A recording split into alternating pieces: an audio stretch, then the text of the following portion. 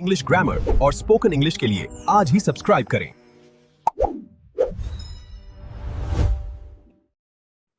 तो आज हम बात करने वाले हैं क्लासरूम की भाषा के बारे में। और देखिए, ये सिर्फ मुश्किल शब्दों या ग्रामर के नियमों के बारे में नहीं है। ये उन आवाज़ों, उन चीज़ों और उन इशारों के बारे में है जिनसे मिलकर एक क्लासरूम असल में एक क्लासरूम बनता है। हाँ, और हमारे पास एक बहुत ही दिलचस्प चीज़ है, एक पुरानी अंग्रेजी सिखाने वाली किताब का सिर्फ एक पन्ना जिसका टाइटल है क्लासरूम लैंग्वेज।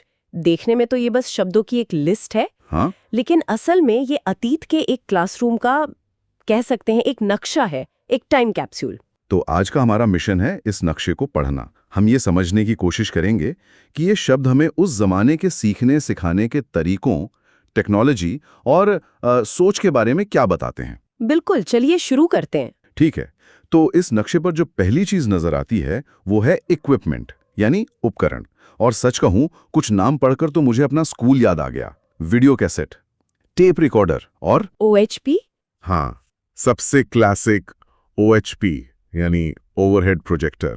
OHP? अरे वाह, ये तो हर स्कूल की शान होता था। मुझे याद है टीचर एक ट्रांसपेरेंट शीट पर कुछ लिखती थी। हाँ, और वो पूरी दीवार पर बड़ा होकर दिखने लगता था। बिल्कुल, वो उस जमाने का पावर पॉइंट प्रेजेंटेशन था, है ना? बिल्कुल सही। और मुझे याद है टीचर हमेशा उस पे लिखने वाले मार्कर का ढक्कन खो देती थी। हाँ, फिर पूरी क्लास उसे ढूंढने में लग जाती थी। वो भी एक तरह की क्लासरूम एक्टिविटी ही थी। सही बात है। लेकिन देखिए, ये लिस्ट कितनी दिलचस्प कहानी बताती है।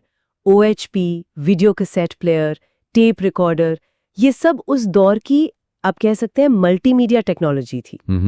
इनका मकसद वही था जो आज के स्मार्ट बोर्ड या टैबलेट का है, जानकारी को रोचक तरीके से पेश करना। अच्छा, तो आप कह सकते हैं कि ये आज के जो डिजिटल प्रोजेक्टर्स है ना, उनके एक तरह से दादा परदादा थे। वाह, ये तो बहुत अच्छा तरीका है इसे देखने का। हाँ, टेक्नोलॉजी बदल गई, लेकिन सिखाने की जो मूल जरूरत थी वो वही रही। ये तो ठीक है, ये चीजें तो समझ आती हैं, लेकिन इसी सेक्शन में नीचे एक छोटा सा नोट है जो मुझे थोड़ा हैरान कर रहा है। इसमें लिखा है कि कुछ नाउन्स मतलब संज्ञाओं को वर्ब्स यानी क्रिया की तरह भी इस्तेमाल किया जा सकता है, जैसे to video, to photocopy, to highlight. क्या ये उस समय के लिए कोई नई बात थी? ये एक शानदार सवाल है। और नहीं, ये अजीब नहीं था, बल्कि ये भाषा के विकास का एक जीता जागता सबूत है। भाषा विज्ञान में इसे कन्वर्जन कहते हैं। कन्वर्जन? हाँ, इसका सीधा सा मतलब है कि कोई शब्द बिना किसी बदलाव के अपनी भूमिका, अपनी टीम बदल लेता है। एक नाउन वर्ब बन जाता है। मतलब फोटोकॉपी मशीन का नाम भी है और उस मशीन से कॉपी निकालने के एक्शन का नाम भी? एग्जैक्टली। और ऐसा क्यों होता है?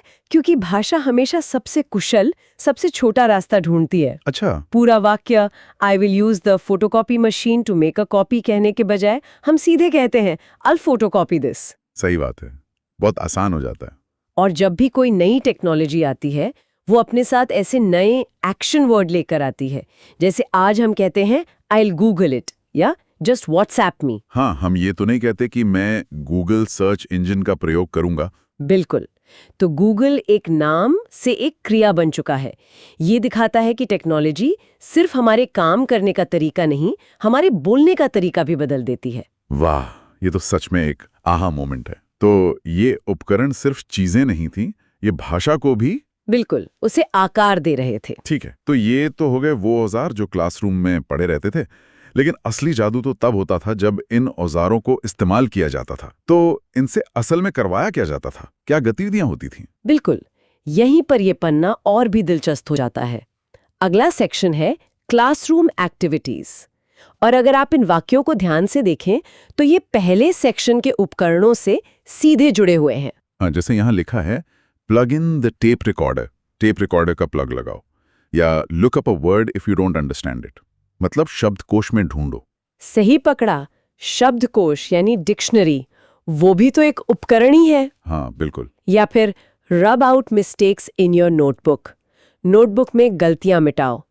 इसके लिए आपको रबर यानी इरेजर चाहिए, जो कि एक उपकरण है।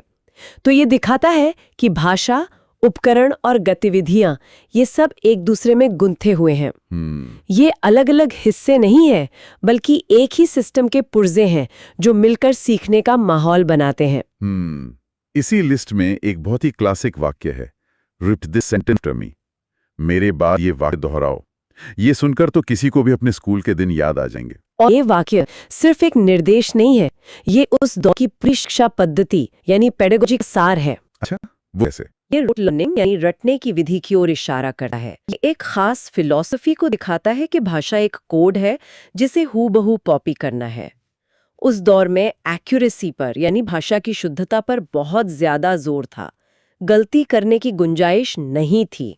लेकिन क्या इसका एक फायदा ये नहीं था कि इससे उच्चारण यानी प्रोनंसिएशन एकदम सही हो जाता था? शायद आज के फ्लुएंसी पर यानी बोलने की रवानी पर फोकस करने वाले तरीकों में ये चीज कहीं खो गई है। ये एक बहुत अच्छा पॉइंट है। बिल्कुल, उस मेथड से उच्चारण और वाक्य संरचना पर बहुत अच्छी पकड़ बनती थी। लेकिन इसका एक नुकसान ये था कि छात्र तोते की तरह वाक्य दोहराना तो सीख जाते थे, लेकिन असल जिंदगी में उस भाषा का आत्मविश्वास से इस्तेमाल नहीं कर पाते थे। आज का नजरिया अलग है। आज हम मानते हैं कि भाषा एक टूल है जिसे इस्तेमाल करना सीखना है, सिर्फ दोहराना नहीं। मतलब गलतियों से सीखना। हाँ, हम छात्रों को गलतियां करने के लिए प्रोत्साहित करते हैं क्योंकि गलतियां सीखने की प्रक्रिया का हिस्सा है। तो हाँ, फोकस एक्यूरेसी से हटकर फ्लुएंसी पर आ गया है। इसी में एक और निर्देश है, could you clean the board Carlos. ये आज के जमाने में थोड़ा अजीब लग सकता है। क्या ये निर्देश ये भी नहीं दिखाता कि उस समय क्लासरूम की सामाजिक व्यवस्था कैसी थी? निश्चित रूप से ये दिखाता है कि क्लासरूम सिर्फ पढ़ाई की एक औपचारिक जगह नहीं थी, बल्कि एक समुदाय था जहां छात्र जिम्मेदारियां भी साझा करते थे। मतलब क्लासरूम को अपना समझना। हाँ बिल्कुल, इसे काम की तरह नहीं बल्कि अपने माहौल का ध्यान रखने की भावना से जोड़ा जाता था। और यह भाषा के व्यावहारिक उपयोग को भी सिखाता है, किसी से विनम्रता से अनुरोध कैसे करें। तो ये तो हो गई वो बातें जो टीचर करवाते थे या कहते थे, लेकिन सीखने की प्रक्रिया तो एक टू वे स्ट्रीट है ना? बिल्कुल। जब टीचर निर्देश दे रहा था तब छात्र क्या कर रहे थे, उनका क्या रोल था? यहीं पर इस पन्ने का तीसरा और शायद सबसे महत्वपूर्ण हिस्सा आता है, क्वेश्चंस अबाउट वोकैबुलरी। ये हिस्सा हमें सीधे छात्र के दिमाग के अंदर ले जाता है। इसमें कुछ बहुत ही बुनियादी सवाल हैं। पहला ही है, what does X mean? X का क्या मतलब है? फिर how do you pronounce it? इसका उच्चारण कैसे करते हैं? ये तो हर भाषा सीखने वाला पूछता है। बिल्कुल, लेकिन इन सवालों में जो बात छिपी है वो बहुत गहरी है। ये प्रश्न दिखाते हैं कि छात्र अब सिर्फ एक निष्क्रिय रिसीवर नहीं है जो जानकारी ले रहा है। अच्छा। वो अब एक सक्रिय भागीदार बन गया है। वो सवाल पूछकर अपनी समझ को खुद बना रहा है, उसे गहरा कर रहा है। मतलब वो सिर्फ सुन नहीं रहा बल्कि सोच भी रहा है। ठीक कहा। और इसी को मेटाकॉग्निशन कहते हैं। मेटाकॉग्निशन? हाँ, ये सीखने का मास्टर स्विच है।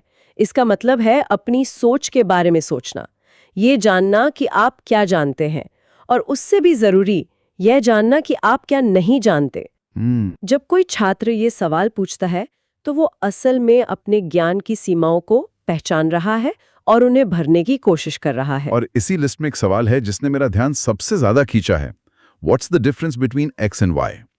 एक्स और वाई में क्या अंतर है? ये एक साधारण सवाल नहीं लगता। ये बिल्कुल साधारण नहीं है। ये एक सीखने वाले की यात्रा में एक बहुत बड़ा मील का पत्थर है। जब कोई छात्र ये सवाल पूछता है तो वो सिर्फ शब्दों का मतलब नहीं पूछ रहा, वो अपने दिमाग के अंदर के नक्शे को ठीक कर रहा है। वो बारीकियों को, न्यूआंसेस को समझने की कोशिश कर रहा है। जैसे हाउस और होम में क्या फर्क है? दोनों का मतलब घर हो सकता है, लेकिन दोनों के भाव अलग है। सही बात है। या सी लुक और वॉच में क्या अंतर है? ये सवाल इस बात का संकेत है कि सीखने वाला अब भाषा की सतह से गोता लगाकर उसकी गहराई में उतर रहा है। तो इस सब का क्या मतलब है? हमने एक पुरानी किताब के एक मामूली से पन्ने से शुरुआत की और देखा कि कैसे ये सब चीजें, मतलब उपकरण, गतिविधियां और सवाल, ये सब मिलकर सीखने की एक पूरी दुनिया बनाते हैं। ये सिर्फ शब्दों की एक लिस्ट नहीं है, बल्कि ये सीखने की प्रक्रिया का एक ब्लूप्रिंट है। अगर हम इसे और बड़े परिप्रेक्ष्य से जोड़ें तो ये पन्ना हमें ये सोचने पर मजबूर करता है कि समय के साथ सीखने के तरीके कितने बदल गए हैं, लेकिन सीखने की जो मानवीय इच्छा और प्रक्रिया का सार है वो आज भी वही है। मतलब OHP की जगह आज स्मार्ट बोर्ड ने ले ली है, कैसेट की जगह यूट्यूब ने, लेकिन आज भी कोई नई भाषा सीखने वाला वही बुनियादी सवाल पूछेगा। इसका क्या मतलब है? हाँ, इसे कैसे बोलते हैं और इन दो शब्दों में क्या फर्क है? उपकरण बदल गए, माहौल बदल गया, लेकिन सीखने वाले की जिज्ञासा वही है। जाते जाते सुनने वालों के लिए एक विचार छोड़ जाते हैं। अगर ये पन्ना अतीत के क्लासरूम का प्रतिनिधित्व करता है, तो आज के डिजिटल लर्निंग के माहौल के लिए क्लासरूम लैंग्वेज की गाइड कैसी दिखेगी? जाहिर है, उपकरणों की लिस्ट में टैबलेट, वाईफाई राउटर या लॉगिन पासवर्ड जैसे शब्द होंगे। बिल्कुल। और गतिविधियों में click on the link, mute your microphone या शेयर योर स्क्रीन जैसे निर्देश होंगे। हाँ। सवाल भी शायद थोड़े बदल जाएंगे, जैसे can you see my screen, या सबसे जरूरी सवाल व्हाट्स द वाईफाई पासवर्ड। लेकिन सोचने वाली बात यह है कि ये नए निर्देश और सवाल सीखने के किस नए तरीके की ओर इशारा करते हैं। जैसे म्यूट योर माइक शायद व्यक्तिगत ध्यान पर जोर देता है, जबकि शेयर योर स्क्रीन पहले से कहीं ज्यादा सहयोग की बात करता है। ये बहुत दिलचस्प है। तो 30 साल बाद जब कोई हमारी आज की क्लासरूम लैंग्वेज की लिस्ट देखेगा, तो वो हमारे दौर के सीखने के तरीकों, हमारी टेक्नोलॉजी और हमारी सामाजिक आदतों के बारे में क्या सोचेगा? इस पर सोचिएगा।